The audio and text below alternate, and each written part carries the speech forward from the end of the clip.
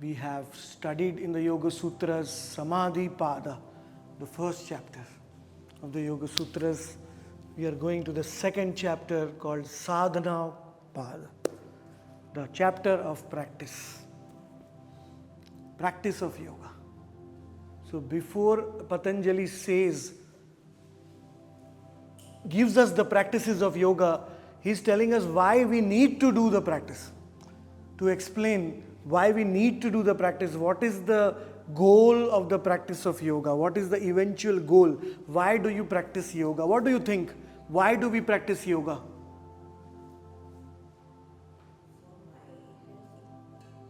So for your health. So when you practice yoga for your health, what are you doing? You are removing the suffering in your body. Health means what? When you, yes? So yes, so suffering is of body. What is the suffering of the body? Pain, weakness, disease. What is the suffering of the mind? Depression, mental health issues, stress, not being not able to do what you want to do. Your mind is so weak, you can't do it because your body wants to do it. You want to do it, but you can't do it. And what is the weakness of the self? Ignorance. Ignorance of the truth.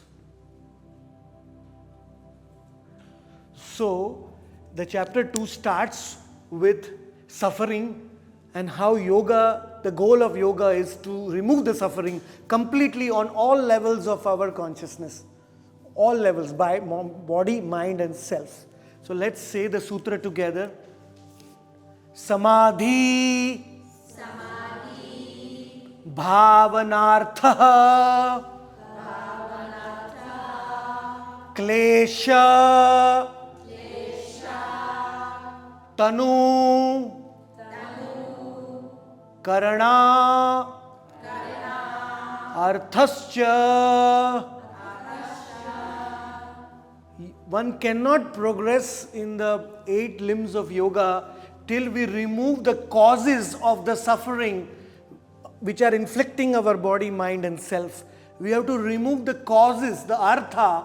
Arthas means the causes of the suffering. The intention of yoga is actually to remove the klesha. Klesha means suffering. Let's say together, klesha. I don't want klesha. I don't want klesha. What do you want? I want ananda. I want ananda. Ananda is the opposite of klesha. Suffering means klesha, ananda. Tell me, are you sad when you are happy? Can you be sad when you are happy? Yeah, I sent you the video. It is said, can you be negative when you are grateful? You can't be. They are conflicting emotions. So ananda, where ananda is like the sun and suffering is like the darkness.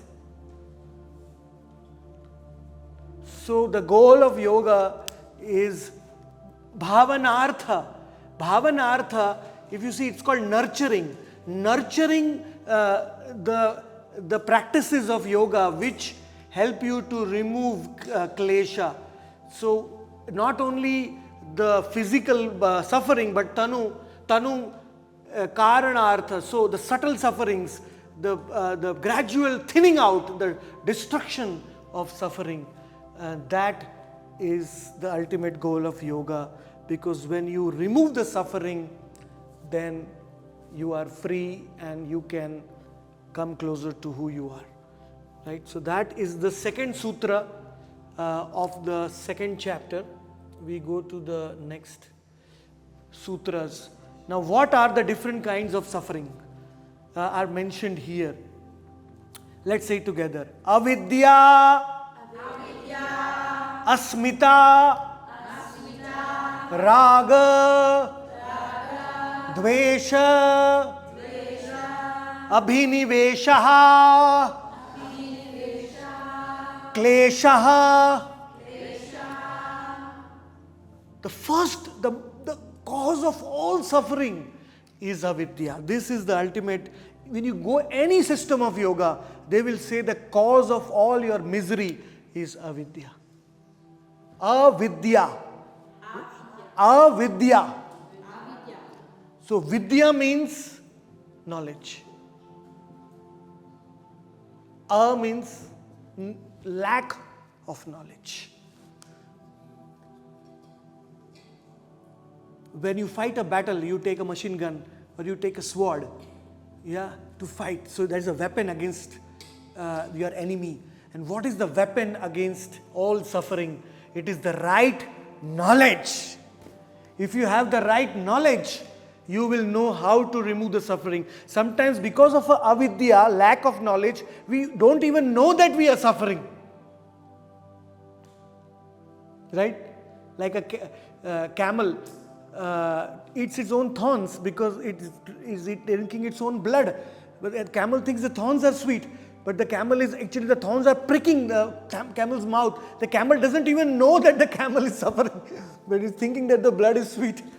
Right? Sometimes we have that. So what the biggest symptom of suffering is ignorance. Trying to, either it is unintended ignorance, like you don't know about something, or you don't want to know about something. So ignorance is of two types. Either you don't know, so you are doing the wrong thing, or you know what is the right thing, but still you are doing the wrong thing. Right? So that is called avidya. Next is asmita. Asmita means selfishness. It's the biggest cause of suffering. I sent you in the video.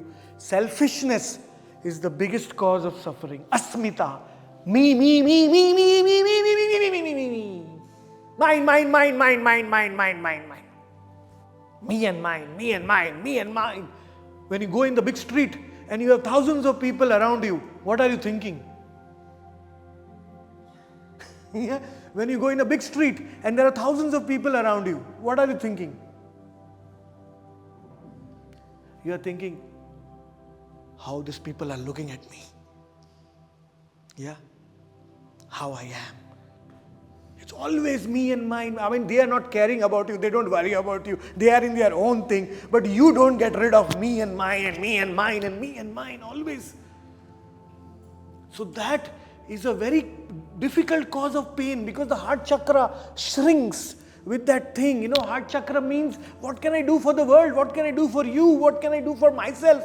So everything is there. But when you're just thinking me, so how many of you love your family, you love your near and dear ones, but you don't care of anybody else? How many of you are like that? If somebody comes in your inner circle, you will love them, you will like them, but then you don't care about anybody else. Do you feel pain that 1.5 million people are dying every day? Who cares?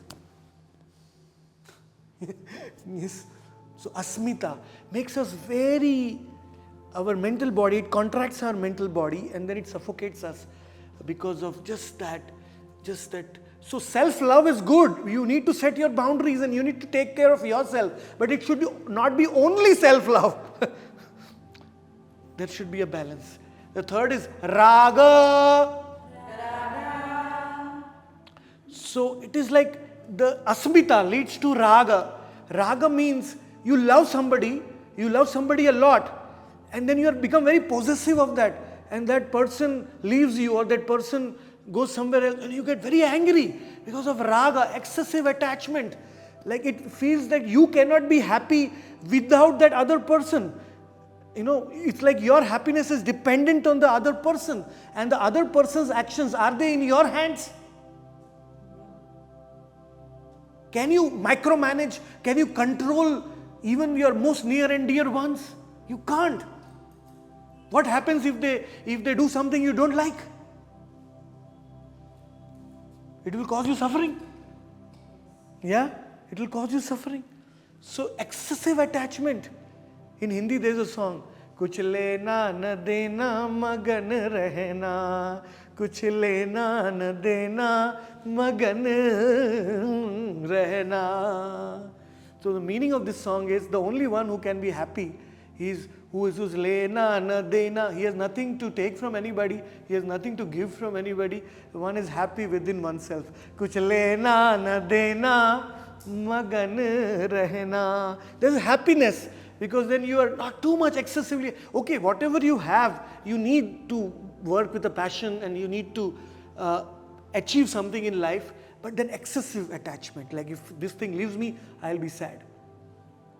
People, when they go for traveling, they carry their creams and lotions with them.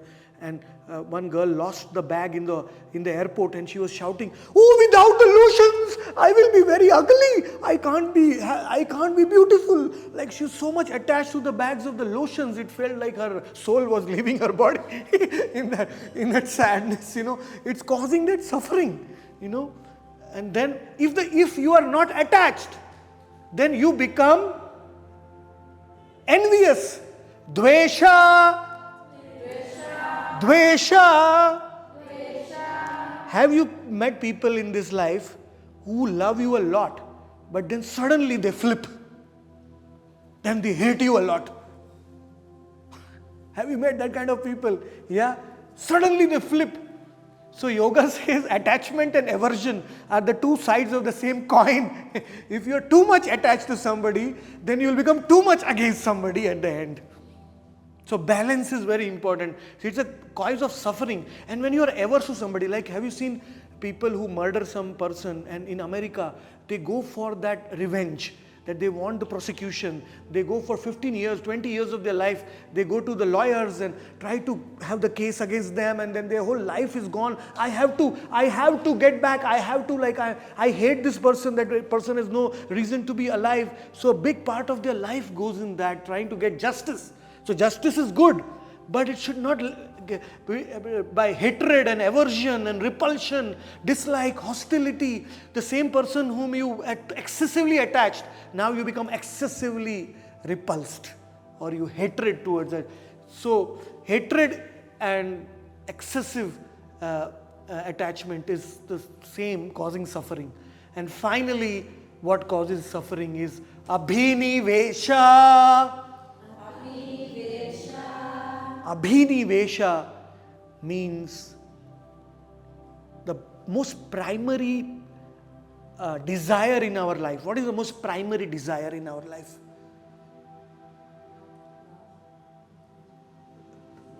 Even before you love, you need to be alive, right? Yes. So the primary desire in our life is clinging to life, the will to live, self-preservation, survival instinct. That I have to live, if you lose that, then, obviously you go into depression, you commit suicide, or you leave that. So there is a big fear within us of abhinivesha. So every time we are living in that fear, I am boarding an aeroplane. What happens if it crashes? I'll get an accident. So you are in stress now boarding an aeroplane.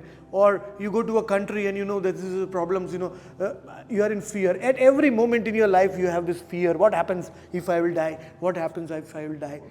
It's a big cause of suffering. All our actions are like that. People have so much fear of wrinkles on their face that they take the flesh from their knees and put it here. Laser therapy. You have heard of that? What it's called? Facial therapy. That they don't want to see their wrinkles. There's fear of old age. There's fear of death. There's so much fear. So we are living in that fear. That is causing us suffering. If we know that we are immortal in yoga, nothing is going to kill us. It's just a change of dress. We will not have that suffering anymore. Abhinivesha. So that is the third sutra.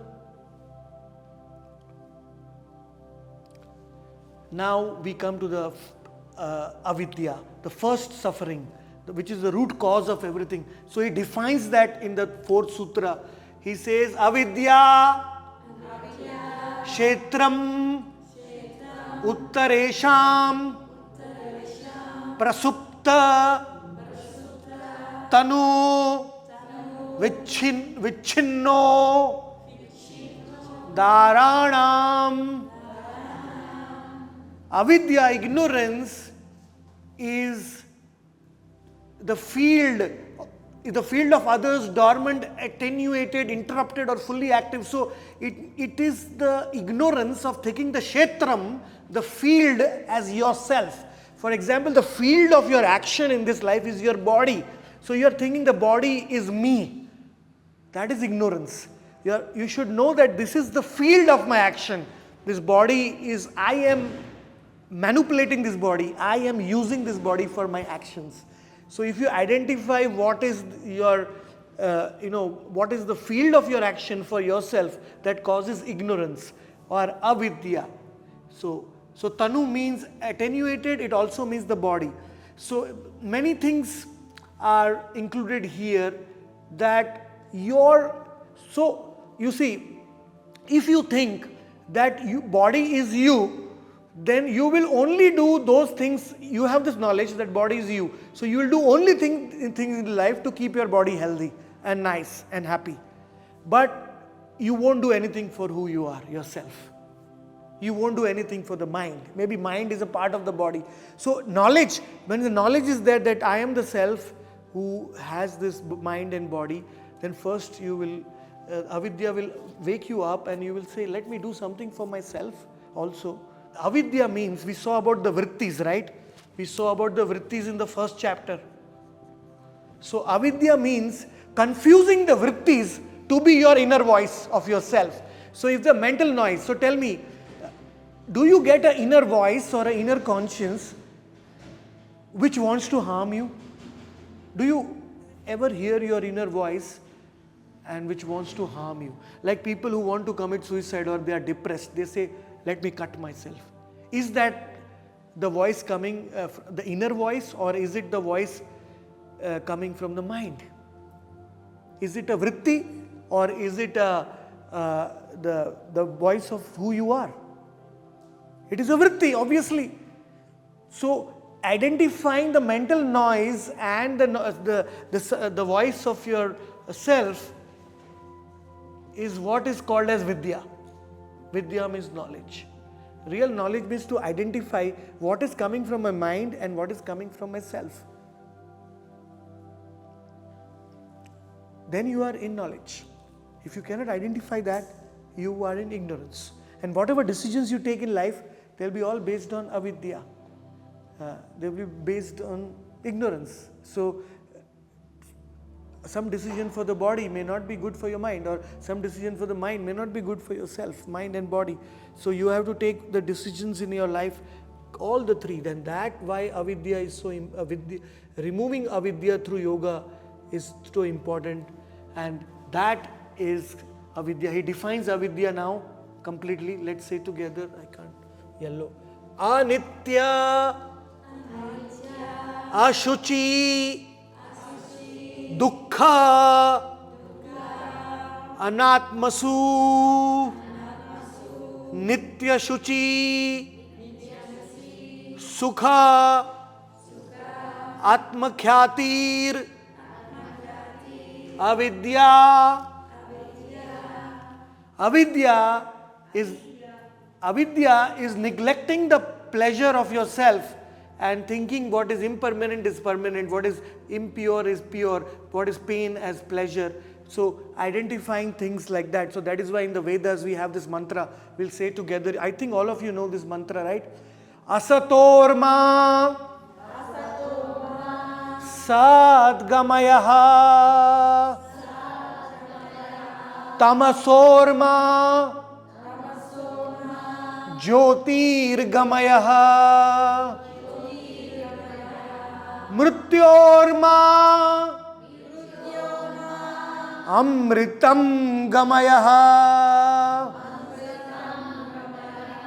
From untruth to truth, from darkness to light, and from mortality, death, to immortality, to the nectar of eternal life.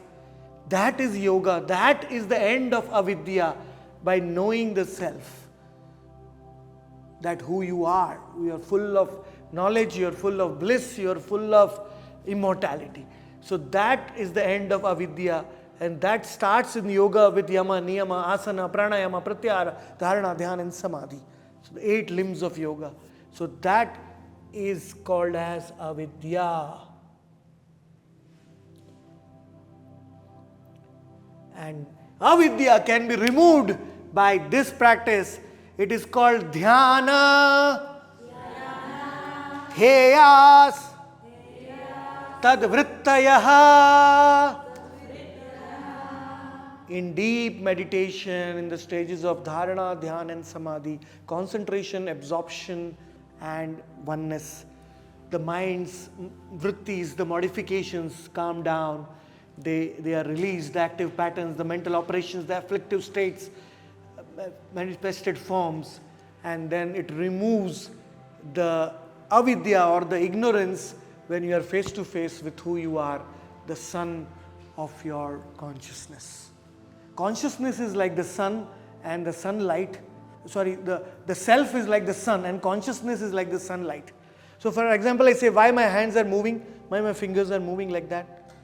Yeah, because this movement is like the symptom of the conscious self. Because the self is in the body, I am experiencing movement. When the self leaves the body, according to yoga, the body becomes dead matter. From he or she, it becomes matter. So that is achieved through meditation, according to the 11th Sutra of the 2nd chapter. So yoga is not just asana. It is asana, breath, pranayama, trataka, mental practices, and then finally the practice of meditation. So like we saw in the cosmic period and the pre-classical period, people used yoga basically for meditation. A single posture for like many hours, specifically to remove their suffering.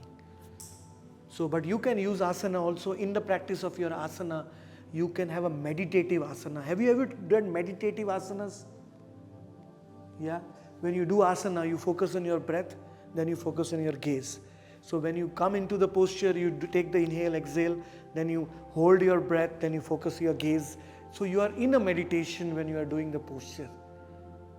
But because you have done the posture and you want to balance in the posture, the mind has no time to like wander. But when you sit only for meditation, your mind wanders, right? But when you meditate in a posture, while doing the posture, then your mind is tricked to calm down. So that meditation is the goal of any practice of yoga eventually. Any practice you do, even pranayama. Because if your mind is not feeling good, then you won't do that practice. And mind feels good when the self is feeling good.